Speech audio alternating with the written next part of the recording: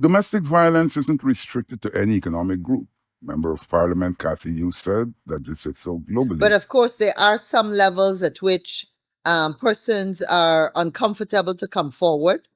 And therefore, we don't know officially, but we know through our own familiar networks, friends, colleagues that face domestic violence on a regular basis. The reality is that data on domestic violence aren't readily available.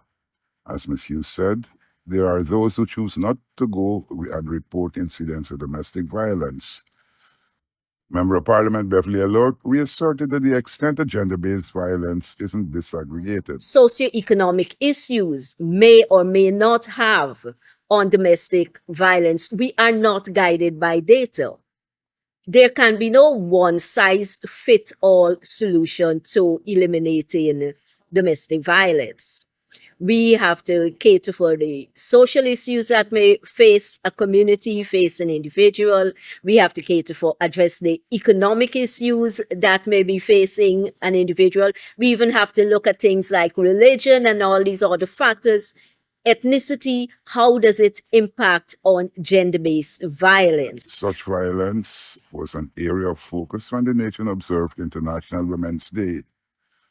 The government didn't produce data on domestic violence for 2023. It was only in 2024 that that data was presented. So I would be unable to give any comparison because one of the things that the Women in the Alliance for Change do is to coordinate with Red Thread. Red Thread is an organization that offers support to battered women. we have some phenomenal workers in those organizations. Red Thread, we have Blossom, and so forth.